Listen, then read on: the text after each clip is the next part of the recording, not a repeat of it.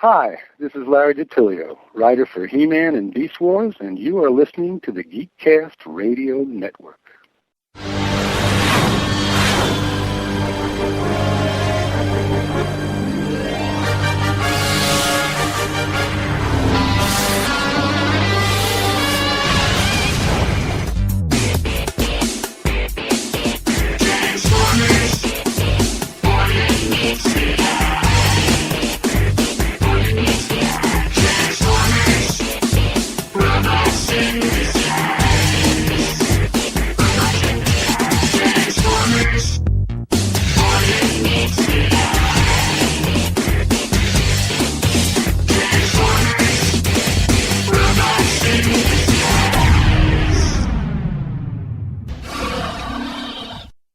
Hello and welcome to the Geekcast Radio Network. This will be an interview featured on Tooncast and the Beast Unleashed podcast. I'm your host, TFG1 Mike, and joining me is Michael Wilson. Hello, sir.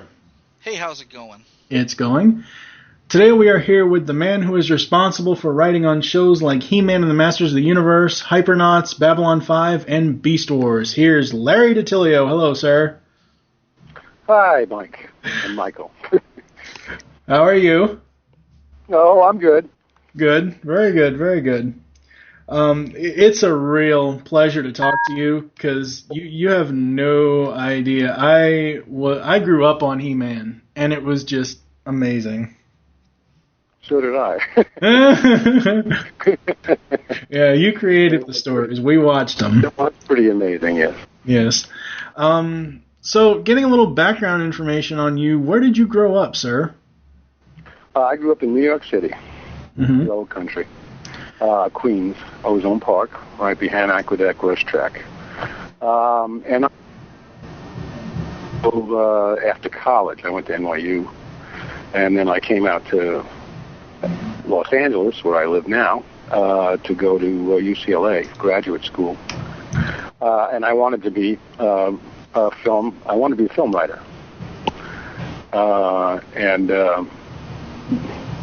That seemed logical to come out to Hollywood if I wanted to be a film writer. So I got my master's at UCLA, and then I went, pounding the pavement looking for a job. So what was it, Larry, that got you interested in writing? You said you moved out to Hollywood to become a film and television writer. What was it, that really got you into writing?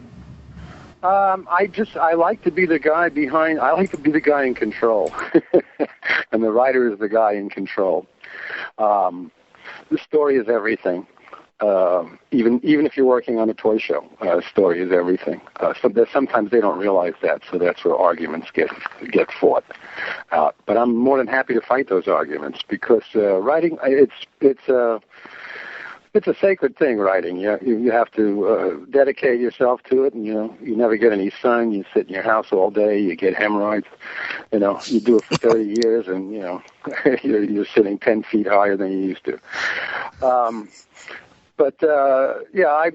I liked everything that was on. So I was born in 1948, so Saturday mornings were not a lot of cartoons. There were a lot of westerns, stuff like Sky King and My Friend Flicka and Lassie and all those kids drama, half-hour dramas for kids, really. They were interesting.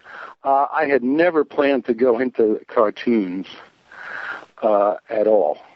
That never even crossed my mind. I was a comic book fan.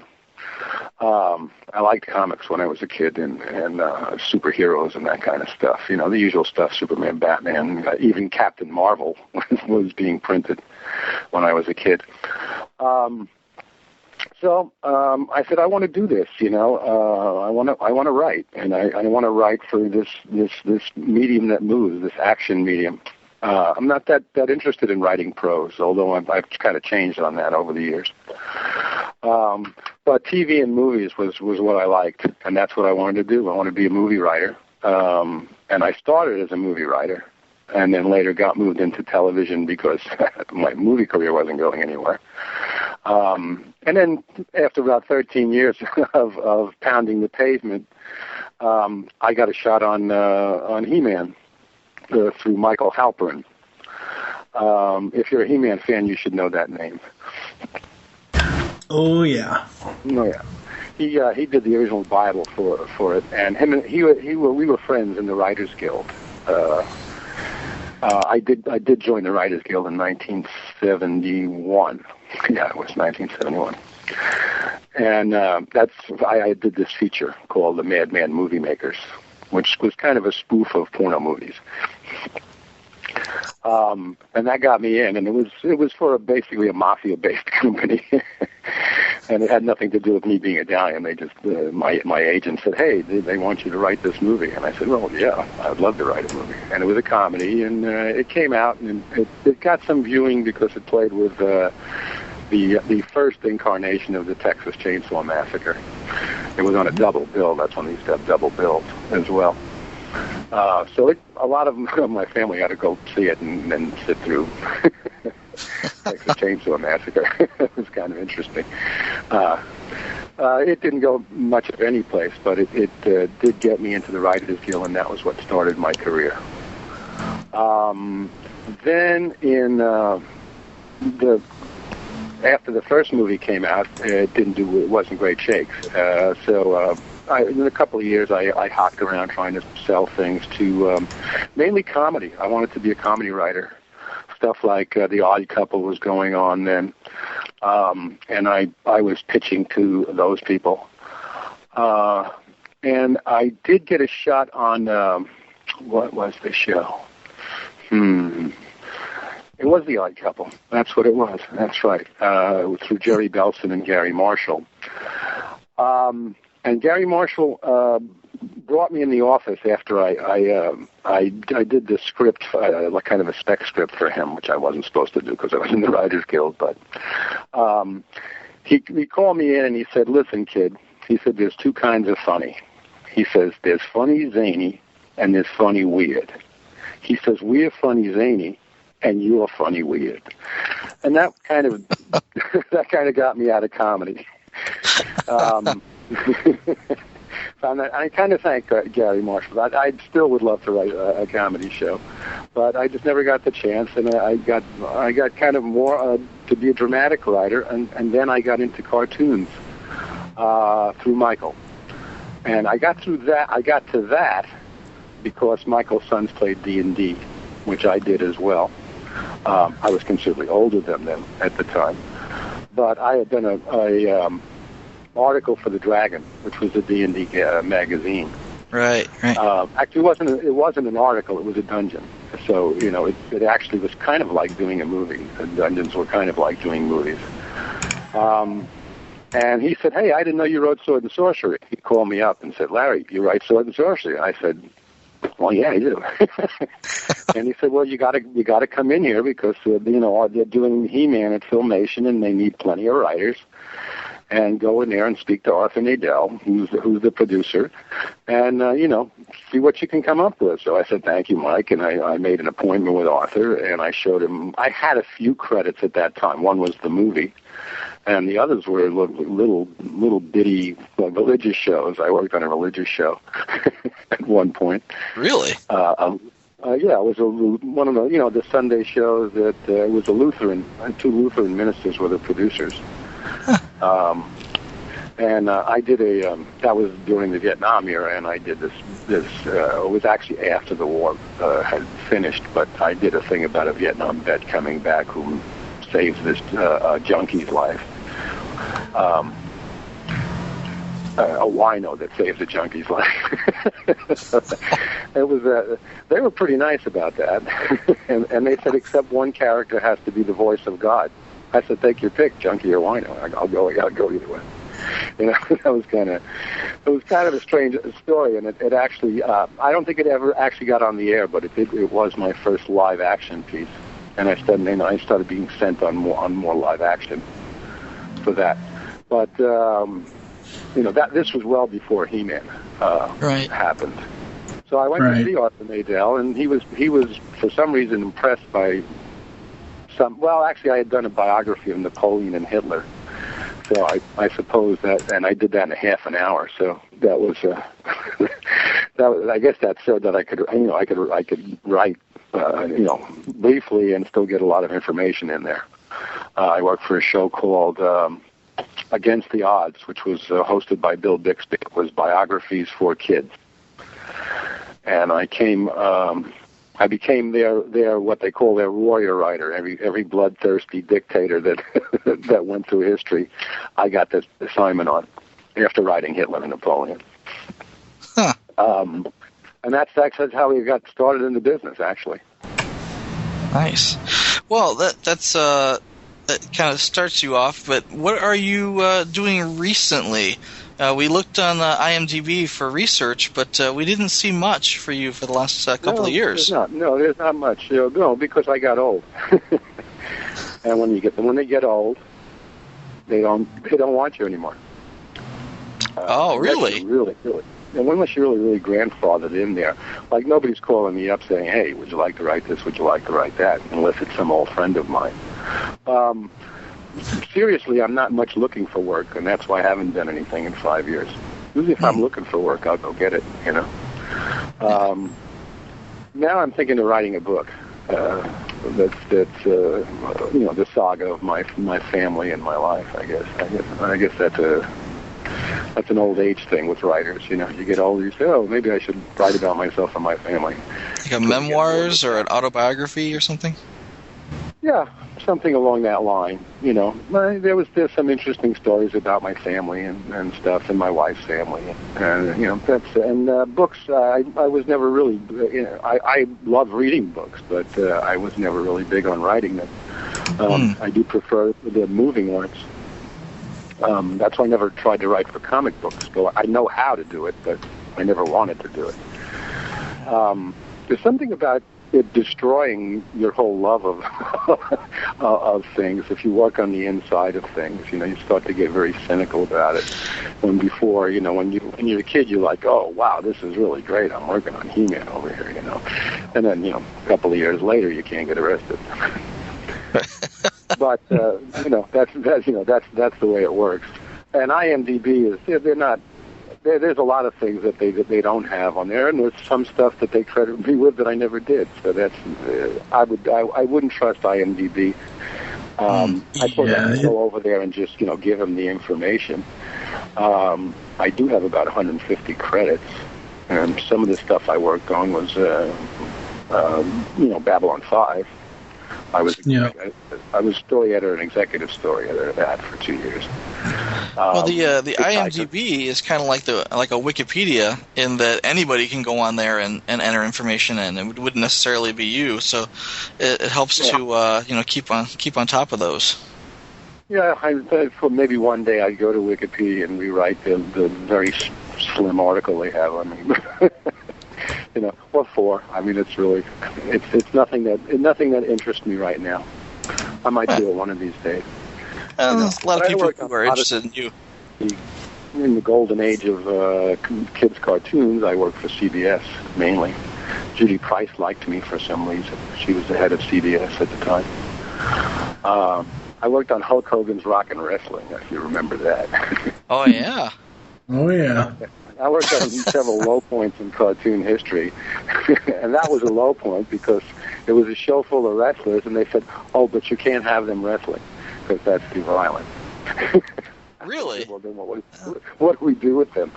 That's funny. I said, they can't wrestle. There's not a whole lot we can do with Hulk Hogan and the Iron Sheik, So that, and then I worked on Galaxy High School. I was also I don't know if you remember that show, which actually should have been a bigger show than it was. That was it. I don't recall that one. Yeah, it was Earth Boy goes to a high school in outer space, and meets all these aliens, and it was like a teen comedy set in outer space. The animation was terrific, and it was pretty good, but it was before its time, and it lasted a year, and in like New York it got and L.A. it got good ratings, but the rest of the country just didn't see it, They just never watched it. It was a pretty good show. That was TMS's first try at advancing Japanese animation into American culture. Now, of course, we're in. We're in. Yeah, it's ubiquitous now. We're in. Yeah. So as for I just went to anime. As for animated features, what was your favorite show to work on? My favorite show to work on? All of them. Anything I worked on. No, California Raisins was my most unfavorite. Actually did. Two of us did the California Raisins, and it was horrible. That was. You know what's funny about that? A buddy of mine and I were talking about that show the other day, and you'd be surprised how little information there is of California Raisins anywhere. Even finding a clip on YouTube of it, there's nothing. You mean the cartoon show? Yeah. Yeah, you can find plenty on the ads, on the ads for California Raisins. But Will Vinton just got jobbed by Murakami Wolf. They said, "Oh, well, we can do it. It'll be just as good as like your claymation," and of course it wasn't. And we did get in the music. The music was good, but the music was good before there was a cartoon show. So, Mm-hmm. it was all soul. I loved soul music, so it was fun. But when we saw the result of it, it was like, oh my God, But I, going from what I hated working on to what I liked working on, He-Man and She-Ra were both great jobs for me, as was Beast Wars. Conan. I wrote a couple of Conans. You remember Conan the Adventurer? Yep. A Conan cartoon. That was another one where you couldn't kill anything. And I thought, wait a minute here, this is not going to work. They had the cosmic. Where's the fun in that? You could send Snake Men into the cosmic pizza in the sky, and then they'd be gone if you touched them with your sword. I said, well, this is dumb. But I always liked Conan. So Conan was my idol when I got into sword and sorcery and stuff. He was the first. Robert E. Howard. I read everything he wrote. But good luck trying to adapt the Howard story, for that show. Right, it's too violent. Yeah. Yeah. Let's change gears over to He-Man. Talk about some of the shows you were on. He-Man was one of my favorite cartoons back in the day. We were talking earlier about people recognizing you from He-Man, and when I would come home from school, I watched G.I. Joe, Transformers, and He-Man. So it's like those were formative for me. How easy was it to translate your earlier sword and sorcery work into stories for children's toys? Actually, my earlier sword and sorcery work was mainly game work. I'm a role-play gamer, and I write dungeons. That was my main sword and sorcery. That's why I wrote that article for the Dragon, is because that's where I was writing a lot of sword and sorcery, just for playing with my friends. So once I got to write early sword and sorcery I didn't do anything earlier than He-Man. He-Man was my first cartoon show. So I'm and I had no idea. Like the Gary Gygax stuff. I'm not sure how well that would translate into it didn't, but Saturday morning cartoons. But the principles of role-play gaming follow the principles of a TV show, of making it realistic and a fantasy at the same time. I don't know if that makes any sense, but no, it does. So I just took the sword and sorcery stuff I would use when playing around here with my friends and say, well, why don't you stick that into He-Man, because it'll work. My first show, The Dragon's Gift, that was the first story I sold to He-Man. And that's kind of widely known as the most oddball episode of He-Man ever written, because He-Man loses, for one thing. But that was the one that was the one that convinced them to hire me on staff. They literally said, we want to hire you while I was writing that script. And I said, well, I'm working on the script that I just told you. They said, well, you'll have to work on that at home because we want to hire you to work over here. And they did. How did you make the move from He-Man to She-Ra? Who pulled you over to the new project? There was no move on that. By that time we had done 3 seasons of He-Man. We had 2. And they were 65 episode seasons. Right. So, that's like almost an entire year of work. You know. Yeah. Even in limited animation, that was 75% stock footage. That's a lot. That's a lot of work. Yeah, exactly. Yeah. So and the other thing was that it was the first time working for a toy company, which is always an interesting and agonizing process. Although we had a good contract on that, so it wasn't as agonizing as most of the other toy shows I worked on. Right. Into that later, but yeah, if I ever want to get hired again by any of these people, not that I do. But I didn't really make a move. We were finished with He-Man. It was supposed to actually, they were gearing up for like a fourth year of He-Man, and the Horde was supposed to be the villain of that fourth year. And that's because we had the Skeletor syndrome hit He-Man very quickly in the first season of it, which means every story had to start with Skeletor. It really couldn't start with He-Man, which is something I tried to change at the end of the first season, and fairly successfully, I might say. He-Man couldn't do anything until Skeletor made a move in the first season of the show, those first 65 episodes. Right. Skeletor had to hatch a plot. It had to come. I said, this is not right because our hero is not proactive. He should be going after Skeletor, not waiting for Skeletor to come to him and do something terrible to everybody at first. It was problematic, but Skeletor was really popular, as you know. I mean, the second most popular guy on He-Man was Skeletor. That's what people told us in polls. Oh yeah, He-Man. We love He-Man, but I really love Skeletor too. It was coming to like Megatron and Optimus. You kind of got to love them both. You got to get into both of their heads, so you got to love them both. You got to say, well, where are they coming from? It's an interesting thing. But I didn't have to be pulled to the new. What happened was somewhere in there, He-Man ceased to become the number one toy in America, and if you'll remember, it was replaced by Cabbage Patch Kids. Very strange, very strange transition. Flying off the shelves, parents fighting for each. Yeah. Cabbage Patch Kids, but that was, again, what was going on at that time is there was a big thing about violence in cartoons and how it was making all of you people who were watching the cartoons grow up into psychotic people. Of course, there was no.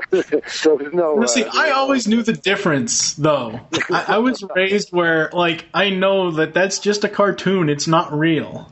Yes, I know. The only ones that didn't know the difference was adults. Yeah. There was these adults that would get crazy and say, "Oh, this is going to make you into this. This is going to make you into that." No, it's not. We've had these kind of stories for years. The Bible itself has enough violent stories in it to make you a psychotic. So, it was just an unfortunate period in history that we were doing action shows. And yet action shows were the biggest thing at that point, Transformers, G.I. Joe, that, and then there was Thundar the Barbarian and all the other stuff. Those were big. They were big shows. The kids liked them. Oh, yeah. And that's why we did them. We didn't do them right, but, because we were constrained by the companies we were working for. They're still classic nostalgia nowadays, so you guys must have done something correct. Well, what we did is we told what we did on He-Man and She-Ra was just concentrate on characters and stories. Speaking of characters and story, I'm sorry to interrupt you. Speaking of characters and story, what was the process in creating the backstory for the She-Ra characters? I didn't do a lot of backstory for She-Ra. Now remember, we had just done the 2 years of 65 episodes, so we were all kind of tired. When they gave me She-Ra, I said, okay, it's got to be, and they said, let's make her He-Man's sister. I said, okay, we've done 130 episodes of He-Man, and no one ever mentioned her sister. So I said, oh, what are you going to do? But I wasn't pulled to it. They said instead of doing He-Man, they were going to do She-Ra. she wasn't. They didn't know what she was called at the moment, at that time. But the villains would be the Horde that were tended to come in to replace Skeletor and He-Man. And they decided, I think Lou decided that wouldn't work, and maybe they should do something else. And Mattel decided that, why don't we do it? Hey, if He-Man is for boys, let's do a female He-Man for girls. You know, and what they wanted in that was a lot of hair play. They said, because that's what girls like, hair play. So everybody had long hair, you know. And a lot of, you know, I laugh about toy companies because they're very, very passionate about what they do, but what they don't understand from the writer's point of view is we're not writing a story for toys. We're writing a story for people. Right. We have to treat them as people, and we have to create them as people so that they will resonate with the people who are watching them. There are not toys watching them. There are people watching them. So whether they're giant robots or, hell, I even wrote for King Kong, a giant. That was kind of the last thing I did was Kong. I don't know if you've ever seen that series. I don't think. Yeah, I remember Kong the animated series. Yeah, it was a Saban series. I did one really good script on that, but I've never seen it on TV. And they don't sell box sets of Kong. I don't think it did. But I had awful experiences over there. But I won't say anything more about Saban because that's what my two worst experiences were both at Saban. So I'll just give you the one, which was Kong. But it was kind of, I was working with that one with Bob Forward on that as well. He's the same guy I worked with on Beast Wars. We were all friends from Filmation, by the way. And that's how I got into She-Ra. Now, how he named, originally they wanted to call her Hera, after, you know, Zeus's wife. Right. And then they went and looked it up, and apparently somebody had a copyright on Hera. I don't know how that could be, you know, but somebody had copyrighted Hera, and they said, we can't use it. And I said, well, wait a minute now, what are we going to do here? I said, I liked Hera. I said, well, what we need here is He-Man. Well, obviously, at one point I suggested She-Ra and the Mistresses of the Universe. And they put it over the head with a fish and said, stop it. You know, it's not going to be called. I remember I think you told that story on one of the commentaries. Yes, I've told them hundreds of times. So I know them by heart. But what I wanted was something that conveyed a godlike power, and a female. And at the time, I just happened to be reading some Egyptian. I'm big on mythology, and I was reading some Egyptian mythology. And I said, well, Ra is the name, kind of the generic name for God in Egyptian mythology. I said, well, I don't know. And it sounds kind of like Hera. I said, but it's She-Ra, and it kind of has a musical sound to it. Now, I have to say that my niece's name is She-Ra, but she was not named after the show. And it's spelled differently, but it's pronounced the same. And everybody thinks that I named the show after her, especially her. But I really didn't, because this was before she was born. So don't tell her. I wanted to scotch that story for my family. So if they're listening, you know, they'll know it's She-Ra. It just came up with, you know, a female god, She-Ra, and you know, I liked the name. The name was better than Hera. And the problem with us, we couldn't use the sword. We had to just have her make it turn into ropes and stuff like that. The background on the other characters, Glimmer, Frosta, and the so horrible Casta Stella, what a name that was. We just used to call her Casta, and we said, we're never going to call her Casta Stella. That's too stupid. So we just had people refer to her as Casta in the scripts. And the biggest background was... And the biggest thing was she started out as an enemy. She started out as a Dora, who hated the rebels. And of course, this was also in the years when Star Wars showed its face and changed the nature of movies forever. And of course, I stole that. As you know, geniuses borrow, right? Good writers just steal. We don't borrow, we steal right at it. So I said, okay, well, I'm gonna make them the Great Rebellion. I said, we're gonna call them the Great Rebellion. We didn't call them the Great Rebellion. And I said, because on Eternia, He-Man and his group are in control. The King runs Eternia, and it's just Skeletor that's giving them trouble. You know, on Etheria, it was totally changed. It was a torn planet, and it was magic versus science, or technology, really. Right.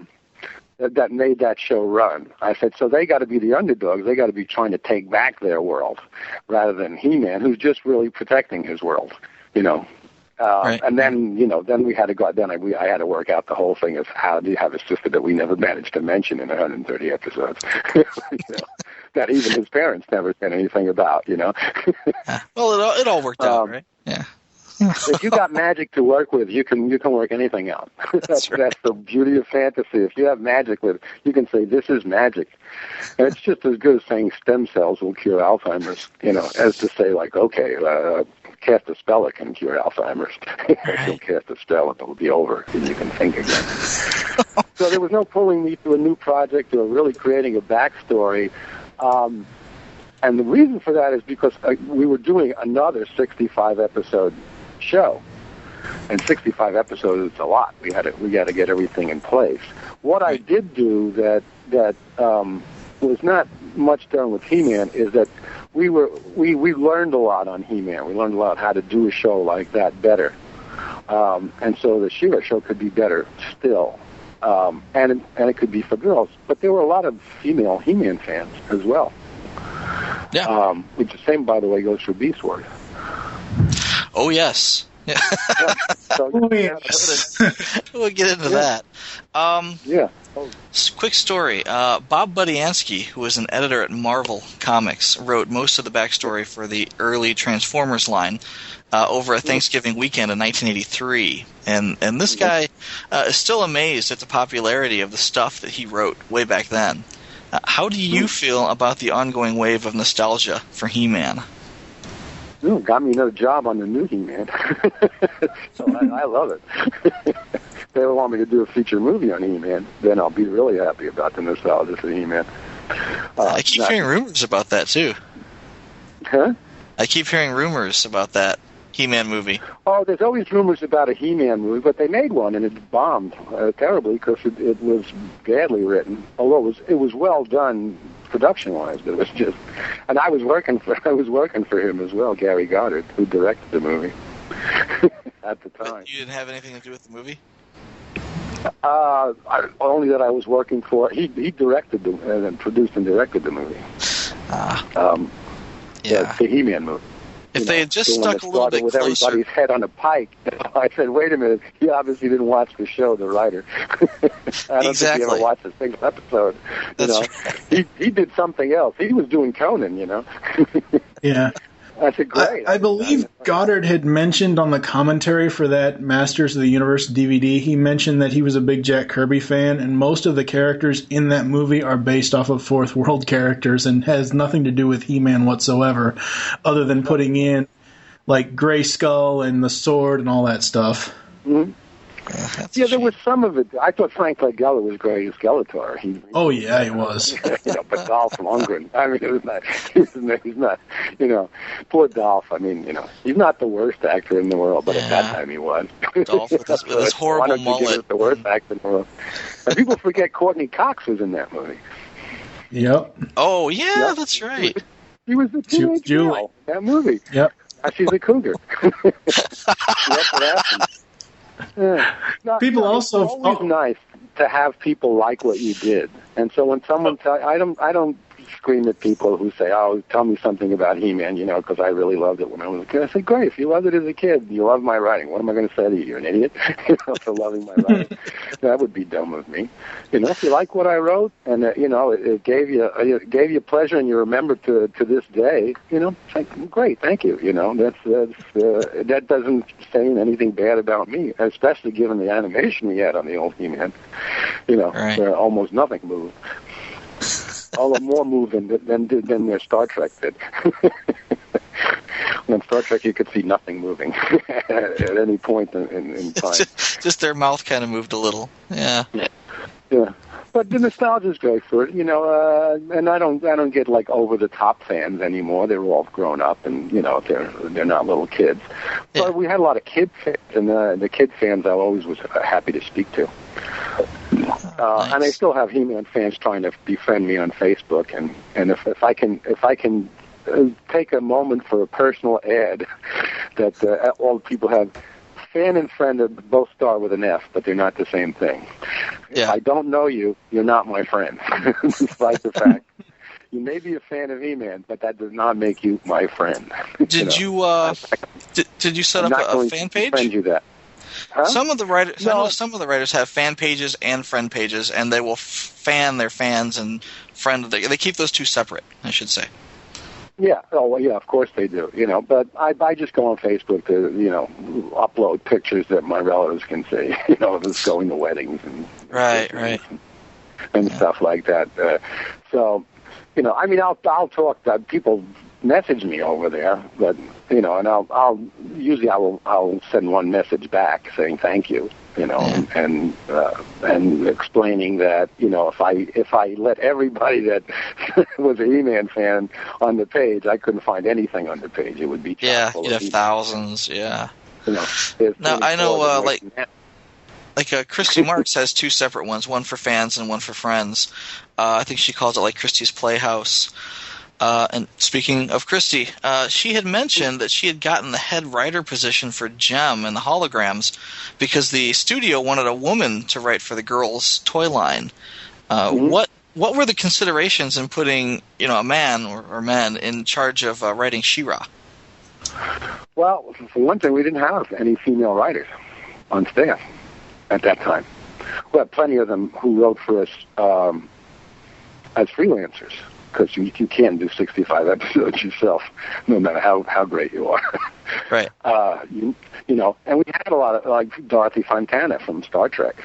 I mean, she wrote the Origin of Cringer, which was a magnificent story. But Dorothy she's gold-plated stuff. I like writing women. I do like writing women. I have a lot of experience writing. I wrote a novella which I never got published, but it was about a female warrior. It's a fantasy novella called Shadow of Wind Chimes. Never did get it thing. I think it doesn't really matter whether you're a man or a woman. It matters whether you can write and you can kind of feel what people feel. Nobody at Mattel said, well, we'd like a woman writer to do it. If they had a woman writer there, maybe she would have done it. But actually, it was just me, Robbie London, Roby Gorin. We only had about 4 or 5 writers. And that was it. They were going to do it. It's dumb to go and hire somebody else to be like a story editor. Like, they never ever gave me a story editor thing, although I kind of I did the job of a story editor on He-Man. But I did it for my own satisfaction because I certainly didn't get the money that a story editor would get for the same position. Is that where the big bucks come from? Huh? Is that where the big bucks come in? There's no such putting big bucks in any thing with filmation is not. It's just totally that's totally wrong. They never had big bucks because every penny Lou made went back into the company, which is why he was the best. He was my best boss ever, Lou Scheimer. Treated me like he treated everyone like they were. He was just marvelous to work for. Nice. But pay, no, there wasn't a lot of pay at that, even for the story editors. I mean, you didn't get the big bucks on a Filmation show because they just couldn't afford to pay it and make 65 episodes in a year. Right. It just was an impossibility unless some millionaire, a billionaire, or a gazillionaire had come along and given Lou $20 million. Yeah. I was always writing as if somebody had done that, but because all of my scripts would usually get the biggest thing on my scripts would not be, well, this line is no good, or that is, it'd be $signs. Yeah. Hal Sutherland would always be saying, Larry, this is a terrific script, but we can't do it. He says, there's no way we can do this. It's too expensive. You gotta cut these shots down. You can't have this three-dimensional shot. And, I just had to learn that it's when you're doing a limited animation show, especially on a short budget, there's only so much you can get away with. But, we learned on the course of He-Man how to get away with it really well. How to make strengths out of our weaknesses and how to apply it to and what you liked about the show wasn't the animation, it was the story and the characters. That's simply it. You might not have realized that at the time. But, who does when you're a kid? You just look and say, oh, that's neat, but that's for the writers. It's got to be okay. I told a good story, and I gave you some characters to work with, and that's why at the end of the first season of He-Man, I cataloged every episode and every character that was in it, and said, "Here's who we're bringing back, and here's who we're not bringing back." That's a story editor job, but I wasn't getting paid for it. Yeah. Eventually, I probably would have moved to producer, but I left Filmation after the first year of She-Ra. Me and Besides over to Deke. Besides cartoons, what were you gonna say, Larry? We got bucks. we got more money. I was getting like 3 times more money than I was getting at Filmation. Ah, well, that's always good. Besides cartoon. Yeah, go ahead. I was going to say, besides cartoons, our podcasts also mostly revolve around Transformers, so let's get into some Beast Wars stuff. How did you get involved with Beast Wars? Okay, that would be Chris Bruff. Chris Bruff was the executive, the owner of Alliance Mainframe Entertainment, and the show was a Mainframe Alliance. There was some kind of a thing there. Now they're apparently Rainmaker Alliance. But Chris was an executive on that show, and they were the ones who did Reboot before Beast Wars. They were like they were the first guys. They really brought CGI to television. I don't know if there's going to be some. And no one ever kind of mentions that they were the Reboot. Remember Reboot? Yeah. You remember Reboot? Yep. Oh yeah. Very early Reboot CGI was stuff. Fantastic. So when they talked to us, I was Bob Forward and I. They wanted both of us. For some reason, they thought we were a team, and we had to disavow them. We never actually wrote together, Bob and I. Once we did on Transformers Animated. But at the time, we weren't a team, but we both were with the same agent. So he was talking to the same agent, and she called and said, "Hey, there's a new Transformer series going. What do you guys think?" And I have to say, what we said is, "Oh, what are you kidding? Transformers? We hate Transformers." Now, I know I shouldn't be saying this to a bunch of Transformers fans, but well, really, it didn't sing to either of us. But, we were writers, and we were writers in need of a job. So we said, he said, well, he wants to come down, and he was up in Vancouver, Canada. He's coming to L.A., and he wants to meet with you guys and tell you, what this new show is and, see if you guys want to work on it. So, well, we're always willing to take a meeting. Always willing. Why not? You get a free lunch, for one thing. And if you drink a little, you can get a couple of beers as well. So, that's any writer would go out for a beer and a couple of, something to eat and free talk beer about getting a job. We love to do that. I did it for Disney a lot, and I never had any intention of working for Disney. In fact, I spent a lot of money on beer. At the thing, and a lot the guys would say, "Oh, we know you don't want to work on it, but you might as well have lunch." I said, "Okay." Anyway, we had lunch with Chris, and Chris was a very dynamic guy, very nice guy, and he says Reboot was a success for us. He said, but frankly, the stories sucked. He said they weren't. He said the stories they didn't hold water. He said if we had better stories, he says I think the series would be on the air. He says you two are kind of have a reputation as the best story guys in town. I don't know if that's true or not, but that was his idea. So we left him with that idea that yes, in fact, we were involved. So we said, okay. So he sat down and he told us about Beast Wars and Hasbro and all this stuff. And, and we said, well, let us think about it. And, we'll think about it. And he said, okay.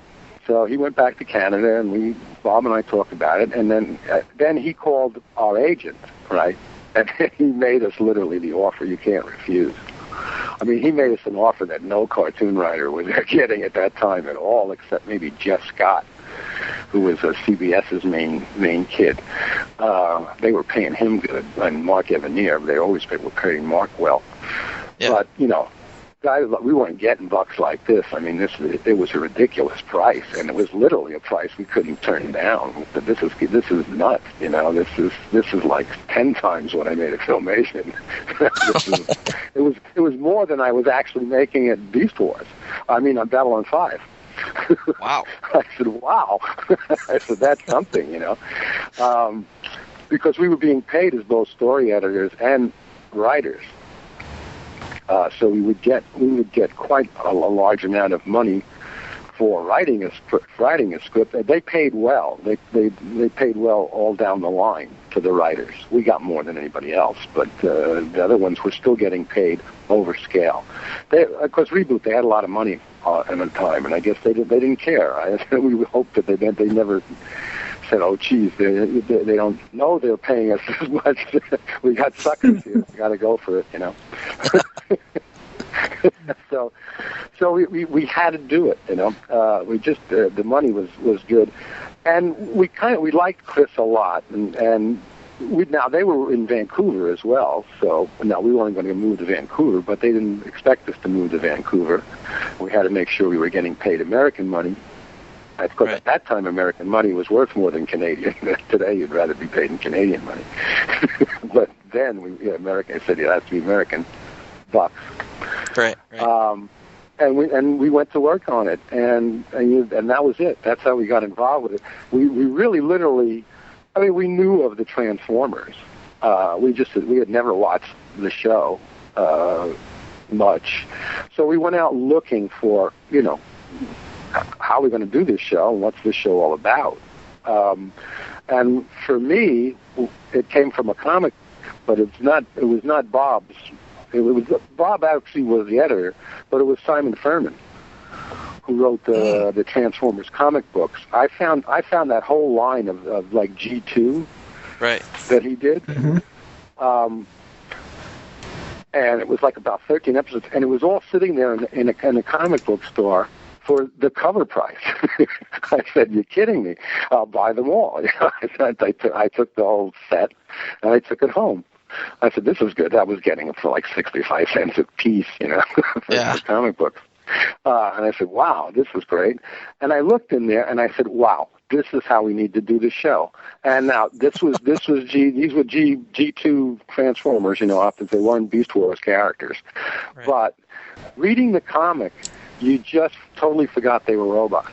You just, and that's Simon as the writer. He gave Optimus this personality that was really multi-layered, And I said, this is what we got to do. We got to play these characters like, they're warriors, they're soldiers, they're in the biggest war ever, and they're real soldiers, and they can hurt, and they can feel pain, they can do all that stuff.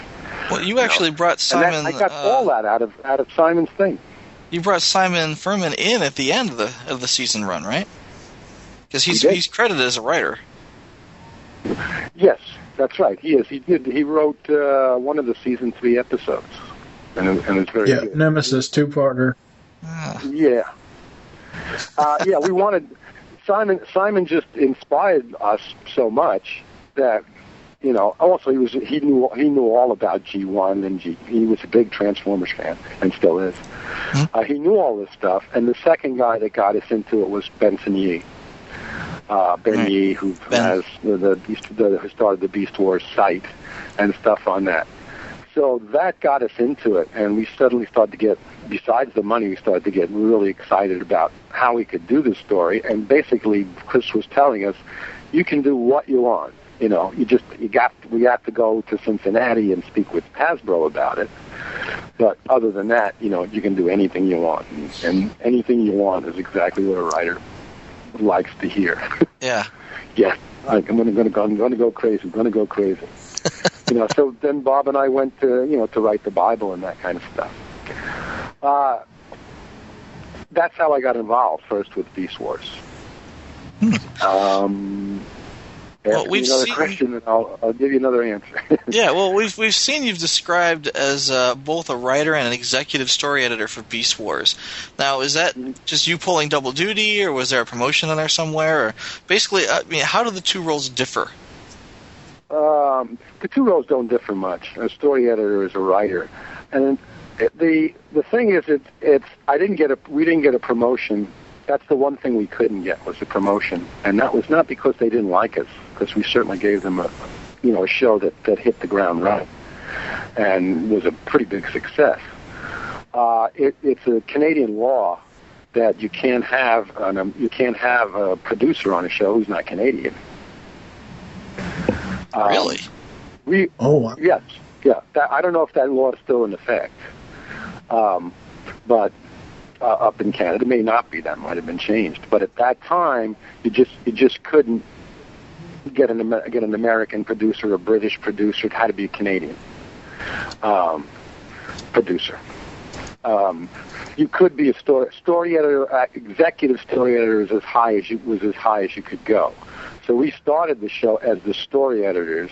The next year we became executive story editors because that's how the hierarchy works. You get promoted the next year to the executive story editor, which means you're still doing the same job. You're still a writer. The only difference between a writer on a show and an executive story editor is the executive story editor is working both on his or her own stories and everybody else's that's coming there. And what you do as a story editor is you make sure that the tone of the show is right, the dialogue is right, the guy's got his information straight, the guy's doing everything he can with screen, with the scenes. And that's to get you ready for the next step would be producer. Now you'd still be doing the same job as producer. There's no difference when you're writing, except you're again writing on everybody. We wrote on everybody's scripts. In the best of worlds, like with Len Wein, you do one day of story editing with Len Wein, and you've got a script because I knew Len could write a script that way, and I trusted him from the previous shows. I hired my friends. Bob hired his friends to write. Of course, we also had to have some Canadian writers on the show, and they came later on with people. So there's some people we gave a start to that I don't think have gone very far because the start wasn't very good. Still, they got their first credit off of it, and we fixed what was wrong. Right.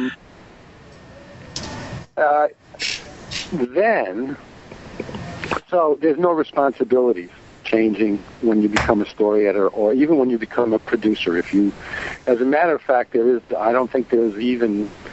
a story editor. A friend of mine is a story editor on Warehouse 13, but he's like the only one I know of. Most people get a producer's deal, and I'm sure if Warehouse 13, which seems to be doing well, goes to next year, he will be a producer. If Bob and I could have got a producer credit, which they would have given us, I think, without that law.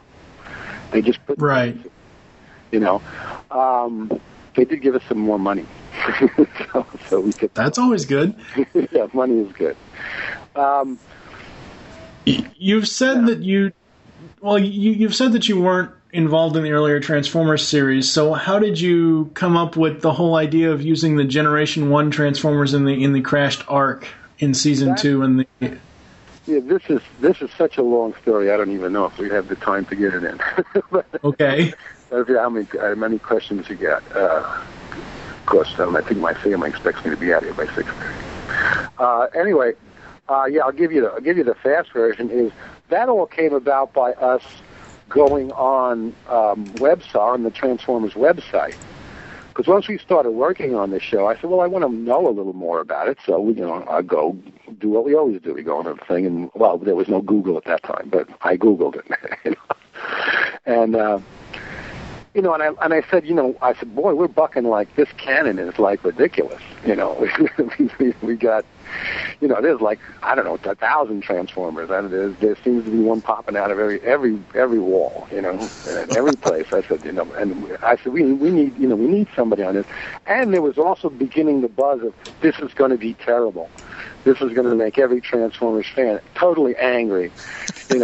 You're never doing things right. This will never work. That came later. So we started to talk to people, and then at one point, I don't know, Ben became like a friend of ours, and he was giving us like archives on the old Transformers show. So we actually had the old archives that he had spent a lot of time on doing. And we'd look at this, and it was like every show that the Transformers had ever done, even some of the Japanese stuff, not just the American stuff. So it was the fans that got us into G1, and again, I got more interested in through Simon's comic book that did the G2 turnover, and I got an idea out of that, and then Bob got a couple of ideas from that, and then we started to talk about it, and it was a move that we felt Hasbro didn't like it. This is what was really weird. Our biggest problem came from Hasbro with this. They said, well, we're not trying to sell old G1 toys. We want a toy store. Toys. So it has to be Beast Wars characters. But we said, but now there was one guy on the Hasbro. He wasn't a high executive. He was kind of an intern, and he also was he was a walking encyclopedia of Transformers. He's one of those guys that grew up on Transformers, and so he went and got his dream job working for Hasbro, which I would never claim as my dream job. But I wasn't working for Hasbro. I was working for Mainframe. Right. That meant I could call them the head of Hasbro. Stupid name. Oh. Terrible names that she never realized I was calling her. Anyway, and then yell at her. That the whole tie-in, regardless of what Hasbro felt at the time, to us fans, that was just genius. I mean, just being able to go back and tie it into the current work of Beast Wars. In Season 1, even though the tie-in was already kind of made a little bit, but we never knew that it was actually Planet Earth. How did the whole making it Planet Earth storyline come about? Like, how did you guys make the decision process to say, oh, hey, this is Earth now?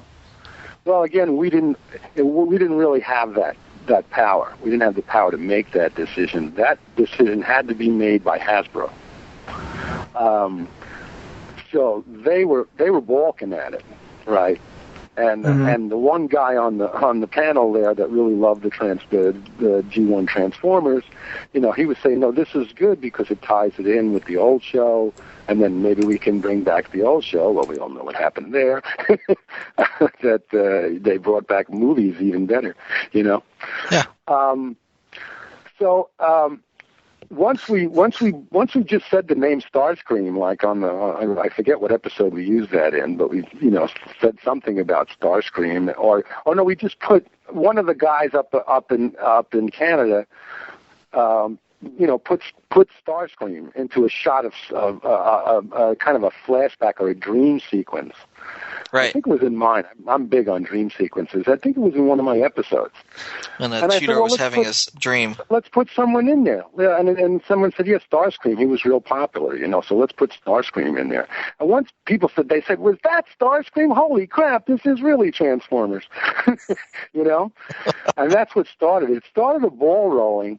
When we first did this, they said it's a prehistoric planet. There's no humans on it. There's nothing there but maybe some animals, and the two Transformer sides.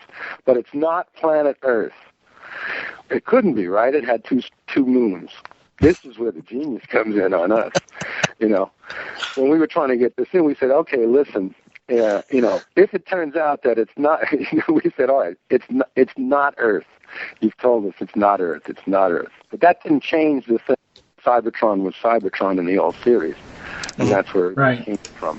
So we kind of it was really, I think we did a superb job at kind of just finessing them into like, and then we'd show them like the stuff on the board, and look, people are screaming all over the place. Oh, now, well, who are we going to see next? Let's get this guy in. Now, of course, they didn't want that. Again, they were trying to sell these toys. Right. So when then finally, after all this going back and forth on this stuff, and this was about 3 or 4 episodes that were already done and in, somebody said, oh, well, let's make it Earth. We said, oh, God, you could have saved us so much trouble if you had just said that last time. This is Earth. Now, once we got to This is Earth, right, it was logical that the Ark was there. It was just logical. It made sense that the Ark was there, and that's how we got it in. It was less a decision than a finessing and a kind of an outcry from the people that say we want our own we love these new Transformers, but we want to see the old ones too. And we have to blow did it well. Yeah, and you had to blow up a moon. Yes, that's right. We put up 2 moons. We said, listen, if it turns out that you want to make it Earth, we'll blow up 1 moon. And that's what I did. And I didn't tell them I was going to kill Optimus at the same time, and I got a lot of problems with that, believe me. Nice. We like to hear it when voice actors have action figures from all of their characters that they have given their voices to. But did you collect action figures from the Beast Wars line? No, usually they give them to you, but they didn't give us. They gave us a couple of figures, but they didn't give us much. All the figures went to. This is the same on He-Man, by the way. The people who got the action figures were the artists because they had to draw them. Right. They figured, the writers don't need the action figures, Of course they do. So we go. Either sometimes they'd give us some cast-offs, like when we went to Hasbro. We'd go to Hasbro like once a year to see how things are going. Yeah. So they didn't really send us a whole lot of Beast Wars figures. I think I got a couple sitting around here somewhere. The interview that you and Bob did on the Beast Wars DVDs, the one that Bob did, for some strange reason, there was an Optimal Optimus sitting next to him in the interview that he did for Bob Forward. Mm-hmm. Oh. I don't know if that was a prop or if that was actually his. It probably was his, because Bob liked to get that stuff. Bob liked that stuff. he liked I liked him I liked him for staging scenes, just kind of like mapping out your scene by using the toys. You're kind of playing with toys, aren't you? And also making money and playing with toys. It's fun. That's what I would do. That was fun, but and they're good to have. So you get, but everything that needs to be gotten right on the figures has to do with the artists and not the writers. So they don't always. I will say on the new He-Man, they send me a whole box of figures, which is now in storage and in their original boxes. It's a collector. No fool here. That's my legacy. Did you get a chance to talk with any of the voice actors about their roles as you had written them, or was there like a strict division between writers and actors? Well, the thing is, we weren't there. We were here in Los Angeles. They were up in Vancouver. That's right, yeah. So there was not really a lot of stuff. We spoke to the voice actors the year we went to the BotCon. Mm-hmm. Oh, after that, yeah. And came there, and there, Scott McNeil was he was so. I couldn't believe that guy. That guy did. That did like interview we have been dying to get. Yeah, Scott would basically be talking to himself all day from before.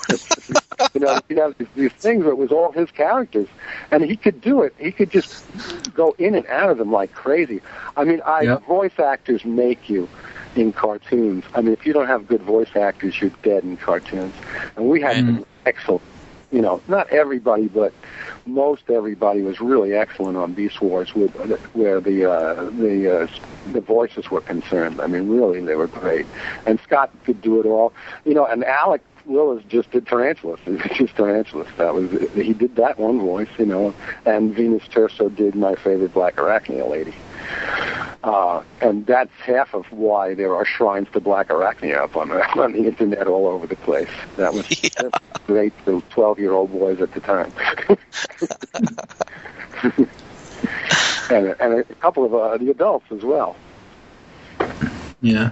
Although the writing chores changed hands between Beast Wars and Beast Machines, would you care to speculate a bit and tell us what you would have done differently if you had continued with the franchise as far as going from Beast Wars to the new series Beast Machines? Well, first of all, they never asked us to work on Beast Machines. Ever. Okay. We were never considered for Beast Machines, and that was because the original Beast Wars was syndicated. Beast Machines was a network show. And the network saying, well, we can't have these guys that write syndicated. We have our own guys, both of whom, by the way, are friends of ours, Bob Skier and Marty. I don't know what the hell's Marty's last name. Eisenberg. Marty Eisenberg, right? Just worked for the guy. I can't remember his name.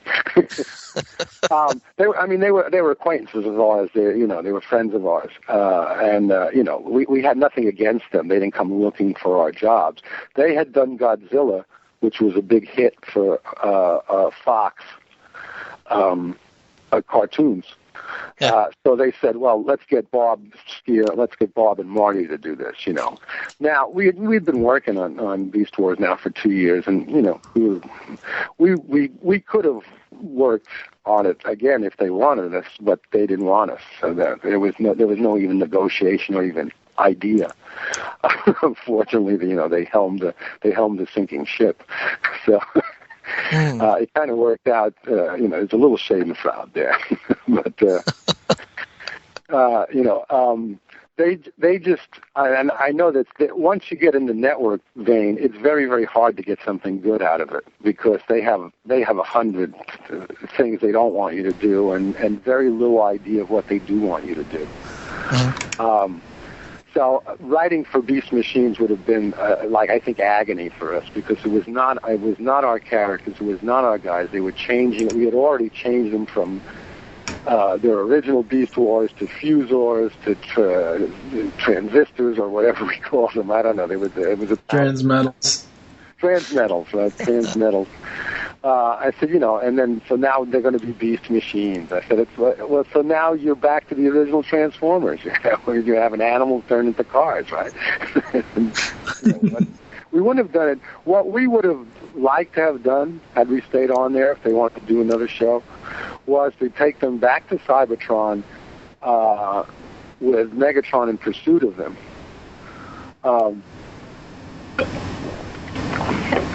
And eventually get back to Cybertron itself, because there was a lot going on Cybertron that was happening because it had happened in Beast Wars, and they had changed the timeline. Right. And they also had, Optimus Primal's head shot off by Megatron, and a lot had changed on the Cybertron because of that. And that was really our dream was to go back to Cybertron, and really have them in space. We thought they worked better in space than they did on Planet Bound.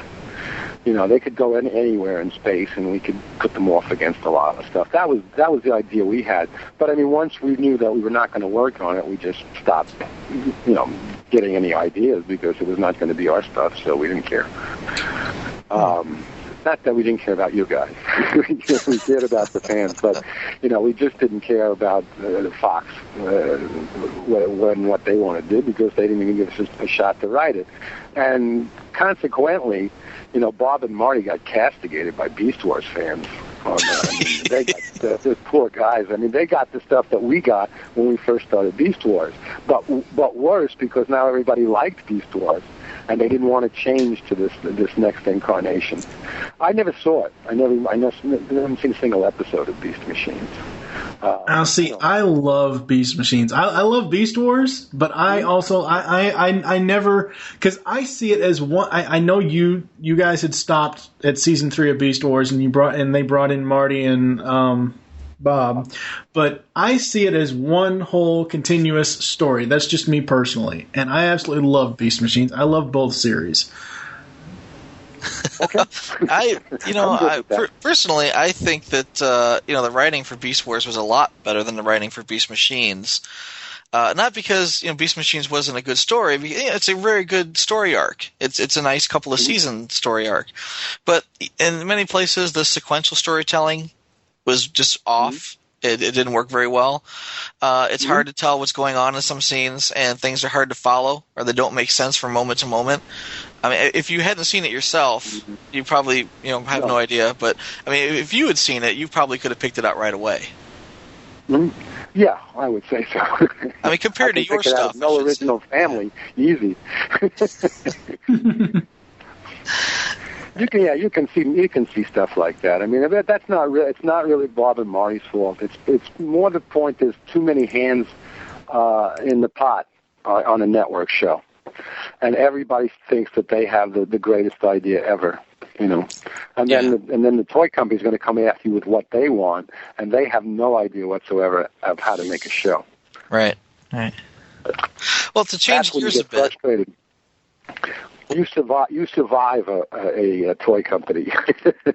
You don't really work for them. You survive them. To persevere. Worst business in the world. They'll cut your throat in a minute. I'm almost tempted to stick with that concept for a minute.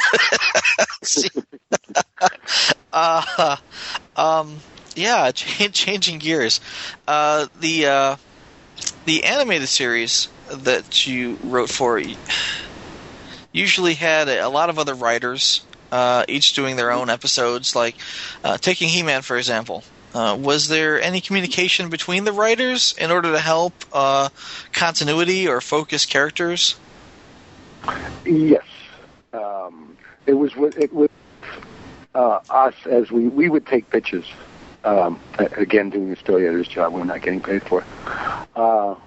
But we were taking pictures from writers, and we would work work back and forth with the writers, with the freelance writers. Mm-hmm. That's what a story editor does. But we were staff writers, and staff writers do that as well. They didn't like us talking to the artists at Filmation. They thought we were fooling around too much and not working, that we should be at our desks. And we like talking to the artists, because artists like a different thing from the writing. Were you all in the same building? Yes. Filmation. That was the beauty of working for Filmation. It was a complete animation company in one building. Wow. And it was the only one left in America. Even Disney wasn't doing animation that way. I had always just assumed they shipped it overseas to be done or something. No, none of the Filmation stuff was shipped overseas. It was all done in-house. Shipped overseas, ever. Wow. We would do it that all, was one of the beauties about it. Yeah, so, that was one of the beauties of it. We learned everything about animation at Filmation. We learned about recording. We learned about voiceover. We learned about in-betweeners, ink and painters. We learned it all, and we go with them, and say, okay, here's what I want here. Can you do that? Can you draw? And we love talking to the artists because they could do this, And then they could sneak stuff in there that we couldn't sneak in because it was art. That would be nice. You do communicate between writers, but once the script is done, you're off and you're on the next script. There's not a lot of time to sit around and talk in the way we used to do things 30 years ago. Huh. What is the difference in writing for animation versus writing for live action, such as what you did with the Babylon 5 series? And follow up. Well, is it just a subject matter that changes from like kid stuff to more engaging? It's not for kids. So there's kind of an art to writing for kids where you don't give them too much to handle. Okay. Now I have a different take on it because I kind of write cartoons like they're live action, and I consider them not kid shows but family shows. I consider that there's a 6-year-old kid watching He-Man, and his dad may be sitting next to him watching with him, which was the case in a lot of. We had a lot of, actually 34% of our audience. We did a poll one time were adults. Mainly those were college students, though, but they were older adults too. And on Beast Wars, we had a lot of people because we did some stuff on Beast Wars that was pretty tough for kids, like killing Dinobot and every other guy. We killed almost every other guy in Beast Wars at the end of it, And that's because Bob wanted to give. Bob said, I want to go out with us having completed as much as we could of our story and give it a signature closing, which he did, and very good. Very good. He's a very, very good forward. We had blamed Simon Furman for killing everybody off. So it tends to be his signature. It wasn't Simon. It was, but this is the thing about animated cartoon writers who write action shows. We're just dying to kill somebody because we never could do it before. They never would let us. But I mean, my most vivid memory of Beast Wars is getting a letter from a guy who had watched Code of Hero with his kid, and the kid just burst into tears at the end of it. The kid was like, he said, "Daddy, you're talking about his dad," and he said the guy said, "One minute I was kind of mad at you guys, and then he says, then he had this talk with his son about people live and people die, which, as parents, I don't know if you guys are parents, but I'm a parent. Yeah. If this is a talk you should have with your child at some point, and that this lent itself to that. I thought I said, oh, okay, we're really doing something good here. If they can watch that together, and at the end of the kid was okay, he said, could we watch it again, Dad? But really, Code of Hero was to me, the best episode of Beast Wars was Code of Hero. And it was right. That's also because Bob directed that as well. Yes, he did. I had no interest in directing. I can't even get up that early in the morning. I'm strictly a writer. Since we brought up Dinobot's death, would you like to give us any behind-the-scenes info on the rejected Dark Glass script, where supposedly he was supposed to come back to life? Yeah, I knew you were going to answer that. Everyone asked that question. That was the famous Dark Glass controversy. What happened is that the first draft of Christie's script, we just simply didn't like the script.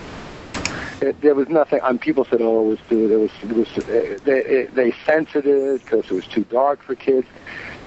Sometimes, and I hired Christy Marks in a minute. Every show I ever worked on, I hired her for, I believe, if she wasn't in fact working on her own show at the time, and she's given me jobs a couple of times. So Christy is a great writer, but on that script particularly, it just didn't work. The script just didn't work, and you just don't want to put on a script that works because everybody hates you for it. On the other hand, that meant she had to go back. We paid her for the story, and I think the first draft. And I said, come up with something else because I said there's no amount of work on the script that's going to fix it. It's just an instinct that you have that it's often they tell on He-Man you say there's two kinds of scripts, producible and unproducible. Dark Glass was an unproducible script. It wouldn't have worked. So she had to come back, and what did she come back with? She came back with Transmutate, which is my second favorite story on these ones. I mean, that story, that makes me cry. That story was very deep. Transmutate it's a very, very disturbing story. When you look at it, it's like an abused child story, Yep. That was a 10 times better script than Dark Glass ever was, And if we had done Dark Glass, she wouldn't have wrote Transmutate. So we got that script out of it. And I think it's one of the best things she's ever written. Hire Christy Marks out there, people. You don't have to hire me. I got plenty of money. But hire Christy. What is your favorite character type to write for? Heroes, villains, or is there another type of character that you like better? Who gets the best lines? Well, let me tell you who my least favorite character is in He-Man. It's He-Man. Okay. It's He-Man, yeah. The funny thing is that I like Hero's sidekick. Orko. Orko? Oh, no, Orko. You said Hero's sidekicks. You said Hero's sidekicks, and I said Orko. Yeah, Orko. Well, Orko, I wrote a lot of Orko stories. Mm-hmm. And when I went to work for the new He-Man, they said, we want you to do an Orko story. And I said, oh, shit, I knew they were going to do that. Oddly enough, they gave, I really enjoyed writing that story for the new He-Man, the Lessons, the Orko story. I liked Orko. I like weird characters, and Orko was weird. And he's funny weird. I came back to the comedy. He was funny weird, and you could do things with Orko you couldn't do with anybody else. So I really did. At first, I didn't like him because he was the kid character, because every Filmation show has a kid character. Mm-hmm. I don't like kid characters. I hate kid characters. I'd like to blow them all up. It's not that I don't like kids. I just don't like kid characters in action shows because they get in the way. And I'm not that crazy about heroes. Villains are always great to write for because you can bring your dark side out and write all this cool stuff for the villain, and you can kind of get all that stuff out of you there. But heroes, where do you go? I mean, you can't get your good stuff out there by writing for heroes. It just doesn't come out. It's just the hero. He's the hero. He-Man is He-Man. I also wrote at one time for the Superman cartoon show. That was very hard because what do you do to Superman? That was the hardest character I ever wrote for because you have to figure out how do I defeat Superman. And there's only two ways, as far as I can see: have a character that uses magic, and has a character and have Lois Lane kidnapped. Those are the two things. And Kryptonite. There's a third of Kryptonite, but I didn't want to go to Kryptonite on Superman. So I did two shows on Superman, which, by the way, when it came out, we called it Adequate Man. The animation is really bad. Anyway, I like to write. I like villains, and I like odd characters, and I happen to like sidekicks a lot. I really do like sidekicks. You might say I like Pancho better than I like Cisco, like in Zorro, and Cisco Kid rather. Yeah. I like funny characters. I liked it. I still have that idea that I'm kind of funny, and I like to do some funny stuff. But it's just a character that you can. I'm obviously Tarantulas was my favorite character, which is kind of an odd pick because he's a total sociopath. But he was the only guy on Beast Wars that actually knew what was going on. I said, he's the only guy that knows the actual story that was never really fully told because I just didn't have the time to do it at the end of the season. If only he would have expositioned a little more. Yeah, in the third season, we were only allowed to write 2 scripts each because we were more expensive than the other writers. Mm-hmm. And also, they just didn't want us to write too much on it. We wrote a lot in the first and second season, but and of course since we were rewriting, we were kind of rewriting scripts that didn't work, and so we kind of wrote it, but we didn't put our names on it. And yeah, that's about it. We just got a couple more questions, so we're almost done. Mm-hmm. As a writer, what's the weirdest thing that has ever happened to you? Oh, I don't know.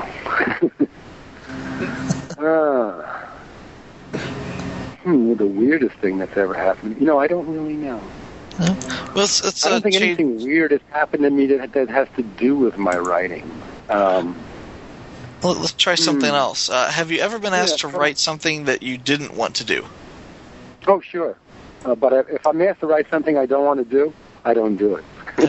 Well, besides Disney. I did take the money on Transformers. That's true. But if I write something I really don't want to do, I don't think I could be good at it.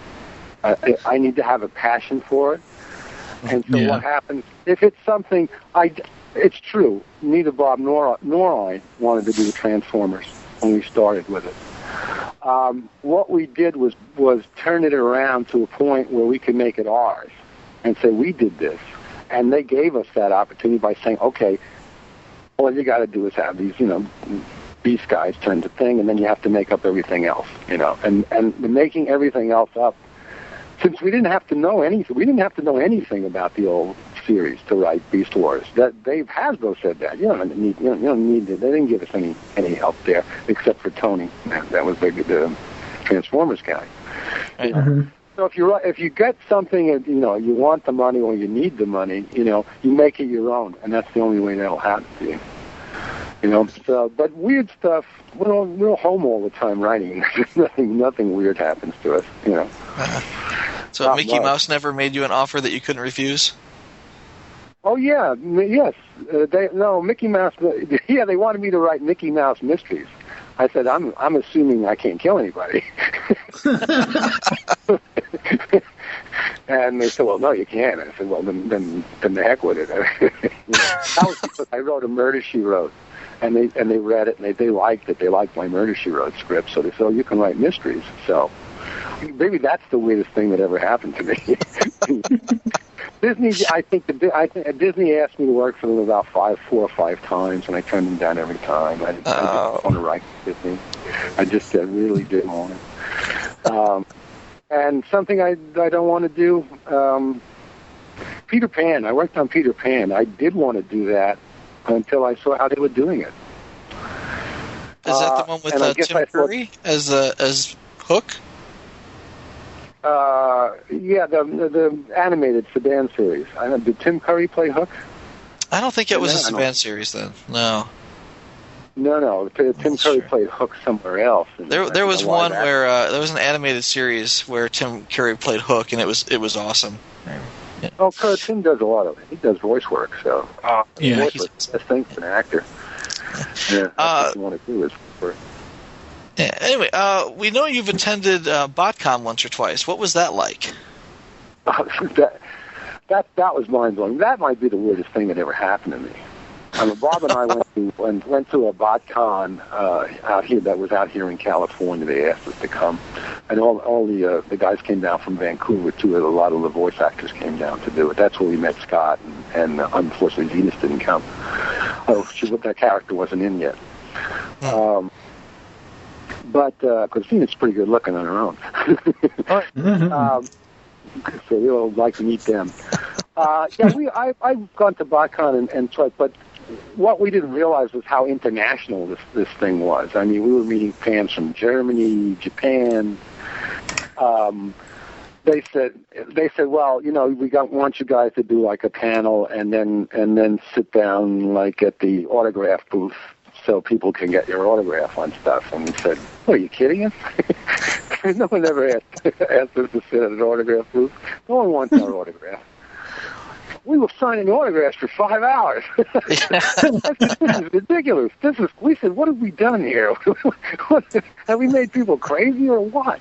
Why do they want our autographs? I mean, it was nice. It was fun. It was fun to see that so many people were into this from all over the place, Oh, yeah. I never realized it was such an international phenomenon. I mean, I realized that it's being started in Japan and went on, but the anime didn't travel that far in those days. What year was that? Was that 96 or 97?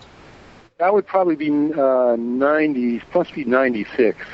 Or it was in Anaheim. It was the year BotCon was in Anaheim, at the Anaheim Convention Center out by Disneyland. Right. Yeah. So that should have been like, and then Black Arachne came later. So yeah, that should have been 95 or 96. I've been to Comic-Con. Doing a He-Man panel. There's a convention here I always used to go to, LostCon, which is a sci-fi convention. So I go there and do the Dog and Pony show with Joe on Babylon 5, which always was that was exciting. Yeah. Until I got fired. But that's a weird thing that happened to me. But I like. I'm known as fan friendly. Yeah. If you come up there, as long as you don't, talk my ear off or start sending me links to things. I don't want to hack too many times to want links and I'm grateful for fans. It's nice to have fans. and most of the ones I've met have been very nice to me. I don't have anybody that was rude to me, or sometimes they just go overboard. That they're so happy to talk to you. They're like trailing you like a piece of toilet paper on your shoe. Like hey guy, like I'm or if you're having dinner and people coming and sitting, they want to sit down and come on man. Oh yeah. But most of the fans, they were, and the kids were great. The kids were always great, and their moms would bring them up, and they'd come to me and say, oh, and I'd say, oh, I'll send you a cell or something. And I'd send them some old cell, and they'd love it. It's That's good, nice. It gives you some kind of awareness that you're actually doing something that people like. Yeah. And very few of us get that in life, so it's all good. Yeah. Except for the money information, but but that was all good in terms of learning the business and working for just a truly great man. Yeah. We know recently, well, now about a year and a half ago, you wrote an episode for Transformers Animated called Predacons Rising with Bob Forward. Was this the first time you had written with him since Beast Wars? Yes, that happened with Marty. I saw an episode of Transformers Animated, and it was amazed because it's totally different. It's all of the Transformers. It covers all the shows, but they hadn't done much on Beast Wars, and so they had one more. They had asked us to write for it, and again, I said, we're not really a team. Again, we're not a team, But they said we have only one episode left. Because both of us went, we figured we get a job down there, and I liked it because it was humor based. It was humor based, right? Yeah. And it was kind of for smaller children to like the Transformers, and the animation, which was like flash animation, was oddly appealing, And they said we want to do a thing, and about.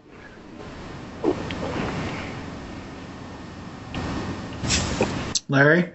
Okay, yeah, hold on a minute. My wife just walked in and handed. This is our last question. We're going to wrap up after this. So this is the question that you're answering right now is the last one. Okay. What was I saying before I was so rudely interrupted? It was a story about Predacons Rising. They had approached you about doing Beast Wars stuff. They said, we want to do this. They said, you can do anything you want. And they said, well, we want to have like a Beast Wars homage in it, and of course they wanted to use Black Arachnia, who was my other favorite character, right? and Waspinator, and right. It was really the origin of Waspinator, right? So we did that show. I did not actually write a single page of the script. Bob wrote the whole script, but he wrote it very much to a very intricate story I had done. So I had done the story, and he just took it and put it into script form. And but when I was writing, I said, how are we going to end this? I said, okay, they're going to teleport away. And I just said this one. I said we see silhouettes in the background of like Optimus and Rhinox and stuff like that. I said, and Black Arachnia looks up and says, you got to be kidding. And they said, great, great, fantastic. And I saw it, and it was good. That was the best ending ever. Yeah, we were actually having a conversation. I was going to say we were having a conversation. Get away with that. Who were we talking to? Derek J. Wyatt, who was the lead designer on that site for that show. We were talking with him about, what did that mean? What does that mean? What was and he's like, look, don't read too much into it. And it's like, no, seriously, what happened there? But who knows? yeah, it sounds like you would be the guy to ask. They may be on the Black Arachnia may be on the Beast Wars planet. You can't mess with time. That's so awesome. All right, so we would like to thank Mr. DiTillio for taking the time to talk with us. It was very enjoyable to talk with you, sir. Is there any way that if fans wanted to interact with you, is there any way that you would allow fans to do so? Have you set up a fan page on Facebook separate from your personal account? I have not set up a fan page on Facebook, and I don't really want a place that fans can get to me easily because I'm going to be swamped. Okay. You could, if you wanted it, you could send me a message on Facebook, and I don't go there that much. So okay. A lot of fans send me messages, and I usually will write them back. But I don't want to start 1,000 messages coming to me that I have to. Right. We understand. You can take your chances. You may get if you say something interesting, you may get a response. Okay, very cool. So thank you for joining us here on the Geekcast Radio Network. Good luck with your current work. We will ask you to hold the line, and we'll be back with the outro after this. We'll return to the Beast Unleashed podcast after this.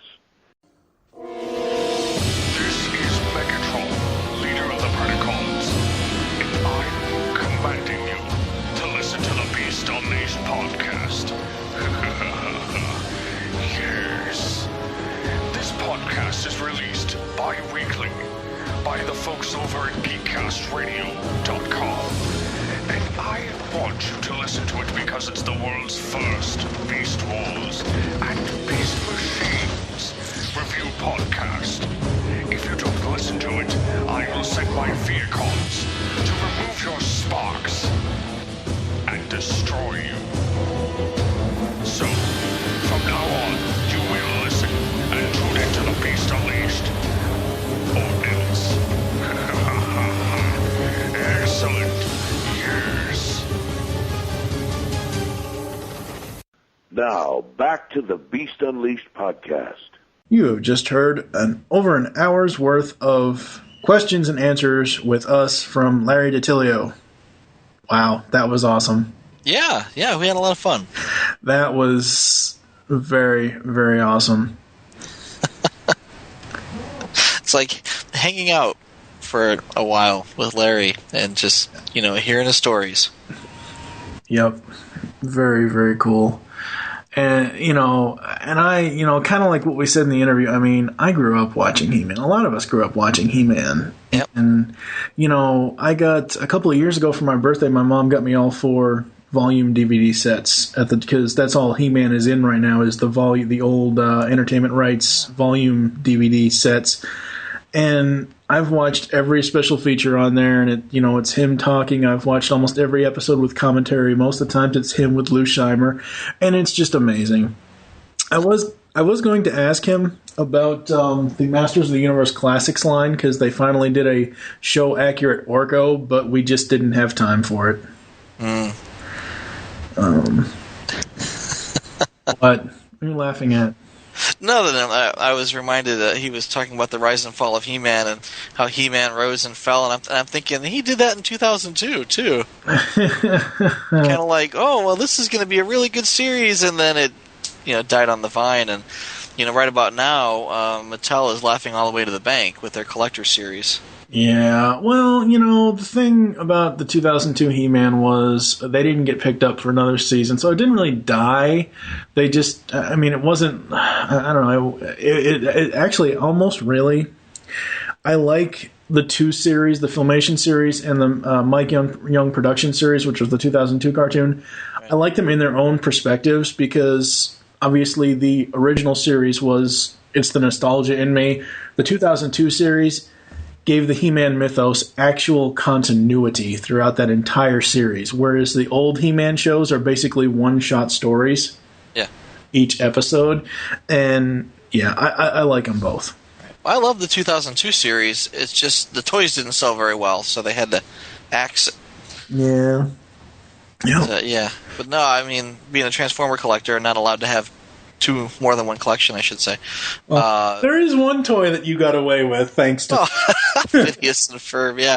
I do have Doofenshmirtz still on my desk. So that's awesome. So anyway, we're getting way off track here. So this has been the interview of Larry DiTillio, and it was a great pleasure to talk to Larry. I wasn't even, and we got to thank Christy Marks, because really she's the one that talked to him about it, to even get me his contact info to contact him for the interview. So that's it, and I guess we're out of here.